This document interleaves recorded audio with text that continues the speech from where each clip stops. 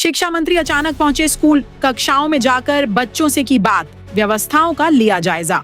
हरियाणा के शिक्षा मंत्री महिपाल ढांडा बुधवार को सोनीपत जिले के गन्नौर क्षेत्र के दातौली गांव स्थित पीएम श्री GGSSS स्कूल पहुंचे। शिक्षा मंत्री ने यहां औचक निरीक्षण किया और स्कूल की व्यवस्थाओं का जायजा लिया। निरीक्षण के दौरान उन्होंने स्कूल परिसर की साफ सफाई, बुनियादी सुविधाओं और प्रशासनिक व्यवस्थाओं को देखा। इसके साथ ही शिक्षा मंत्री कक्षाओं में भी पहुंचे और विद्यार्थियों से सीधा संवाद किया। उन्होंने छात्रों से पढ़ाई के स्तर, शिक्षकों की उपस्थिति, पढ़ाई की सामग्री और स्कूल में मिलने वाली सुविधाओं के बारे में जानकारी ली। विद्यार्थियों ने अपनी समस्याएं भी शिक्षा मंत्री के सामने रखी। मंत्री ने उनकी बातें ध्यान से सुनी और अधिकारियों को निर्देश दिए कि छात्रों की जरूरतों और समस्याओं का प्राथमिकता के आधार पर समाधान किया जाए। शिक्षा मंत्री महिपाल ढांडा का कहना है कि सिर्फ कार्यालयों में बैठकर नीतियां बनाने से जमीनी बदलाव नहीं हो सकता। इसके लिए खुद मौके पर जाकर व्यवस्थाओं को देखना और कमियों में सुधार करना जरूरी है। पिछले 11 दिनों में शिक्षा मंत्री कई शिक्षण संस्थानों का औचक निरीक्षण कर चुके हैं। इससे पहले उन्होंने पंचकूला के राजकीय कॉलेज, बस्ताड़ा के राजकीय महिला कॉलेज, पानीपत के सेक्टर 18 स्थित राजकीय कॉलेज और पानीपत के निजामपुर गांव स्थित राजकीय सीनियर सेकेंडरी स्कूल का भी निरीक्षण किया था।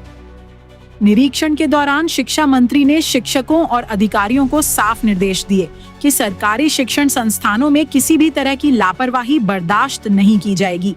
उन्होंने अध्यापकों को निष्ठा से पढ़ाने और स्कूलों में साफ सफाई का विशेष ध्यान रखने के निर्देश दिए।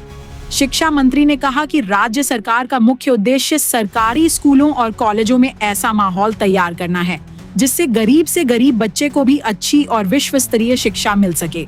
मैंने अब एक लक्ष्य रखा है कि मैं ज़्यादा से ज़्यादा स्कूल, ज़्यादा से ज़्यादा कॉलेज और यूनिवर्सिटी में तो कंटिन्यू आना जाना रहता ही है। तो मैं इन सब में जाऊं और वहाँ पे जो कमियां हैं, जो भी कोई समस्याएं हैं, उनको समझूं, जानूं और उसके लिए मैं अपने बच्चों से भी बात करूं, अपने टीचर से बात करूं, ताकि वहाँ की जो समस्या, उन समस्याओं का समाधान, उसका निराकरण हो सके।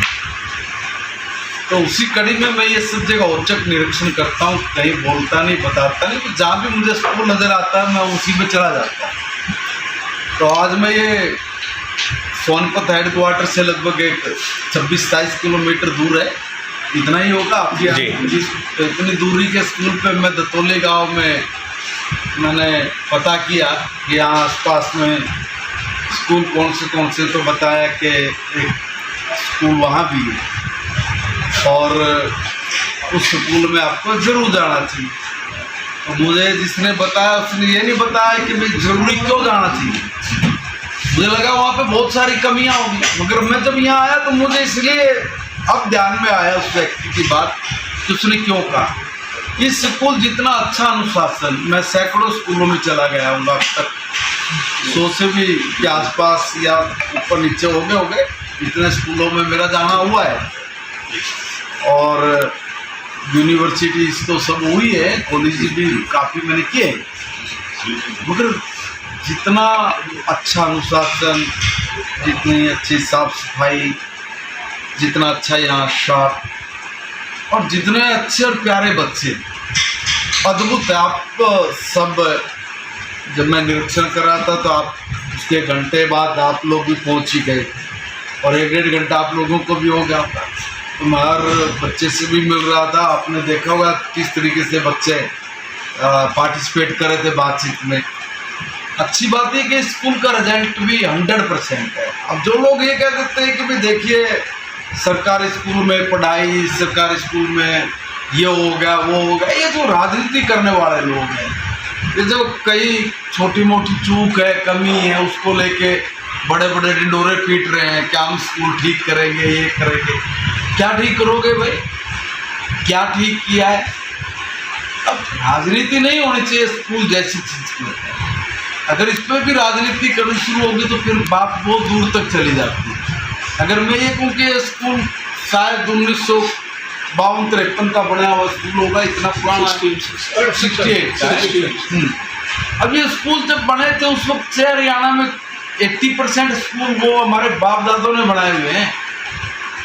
अभी हमारे बच्चे पढ़े हैं, हमारे बच्चे एजुकेशन ले, इसलिए हर घर से पैसा लेते थे। पहले ये कहते थे तागड़ी के अनुसार पर आदमी ये पैसा लगा देते 10 रुपया 20 रुपया, उसको इकट्ठा करते थे। तब हम लोगों ने स्कूल बिल्डिंग्स खड़ी हुई है।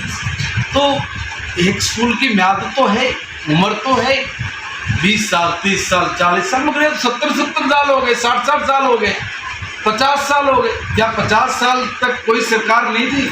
क्या किसी ने ये ध्यान नहीं दिया कि इसका इंफ्रा इतना कमज़ोर हो गया है, इसकी तरफ हमें देखना चाहिए कि नहीं देखना चाहिए?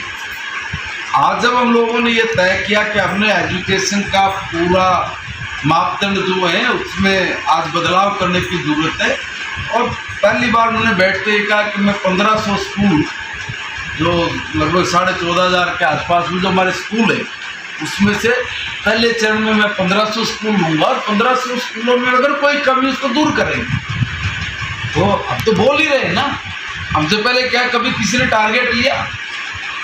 कोई लेता ना पहले भी टारगेट। हमने टारगेट लिया, तय किया, हमने स्वीकार किया कि देखिए कुछ जगह कमियां हैं, उनको दूर करेंगे। और 1500 स्कूलों में से आज मैं कह सकता हूँ कि 781 स्कूलों की 10 दिन पहले जब मैंने रिपोर्ट ली थी बिल्कुल एकदम परफेक्ट है, कहीं कोई चूक नहीं है। तो 1500 में इसमें किसी में 10% काम बचता होगा, किसी में 5% बचता होगा, ये।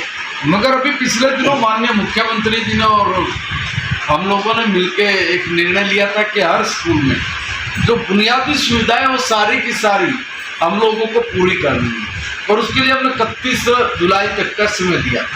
31 जुलाई तक मुझे लगता है कि लगभग 80% तक हमारा सारा सब जगह का काम कंप्लीट हो चुका है, और जो 15-20% जगह बचती है उसमें कहीं पे काम जारी है, कहीं लगभग पूरा होने की स्टेज पे, कहीं 40% काम होगा, कहीं 60% काम हो गया। मतलब हर जगह या तो काम जारी है या कंप्लीट हो गया। जो बुनियादी आवश्यकता है, पीने का पानी है, आपके लिए पंखे की ज़रूरत है, आपको टॉयलेट की ज़रूरत है, जो भी बुनियादी सिस्टम में आती है वो सारी चीज़ों के लिए। सर अब कुछ जगह पे इस तरह की शिकायत भी आ जाती है, बात आ जाती है कि भाई जैसे ग्राउंड है तो पानी भरा हुआ है। अब देखिए कुछ चीज़ें डिपार्टमेंट तरीके से कर पाता है। अब वो काम पंचायत का भी, अब मिट्टी अगर डालेगा, अर्थ फिलिंग अगर होगी तो पंचायत के जरिए होती है, सबको पता है। तो भाई पंचायत उसमें, मगर ये स्कूल खाली सरकार ही देखिए थोड़ी नहीं। जब तक समाज के हाथों में अपनी एजुकेशन थी ना, तब तक एक डॉट माफिक भी कमी नहीं।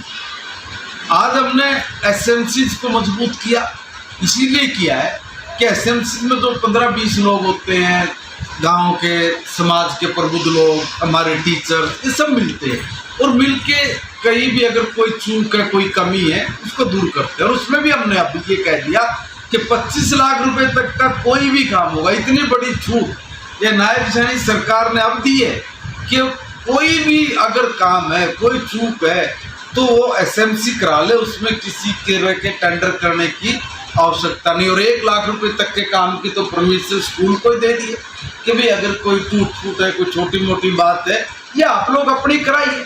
इतनी छूट देने वाली भी ये पहली सरकार है।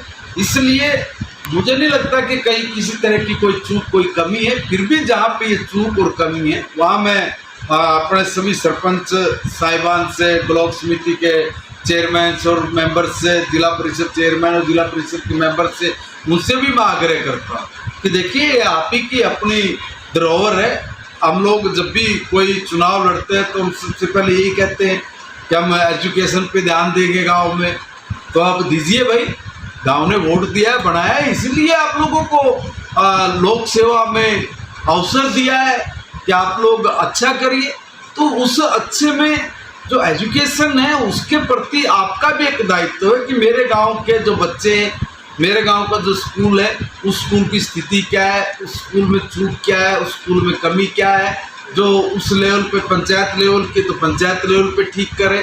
पंचायत लेवल पे नहीं ठीक होने की बात है तो वो सरकार में ऊपर लिख के भेजे।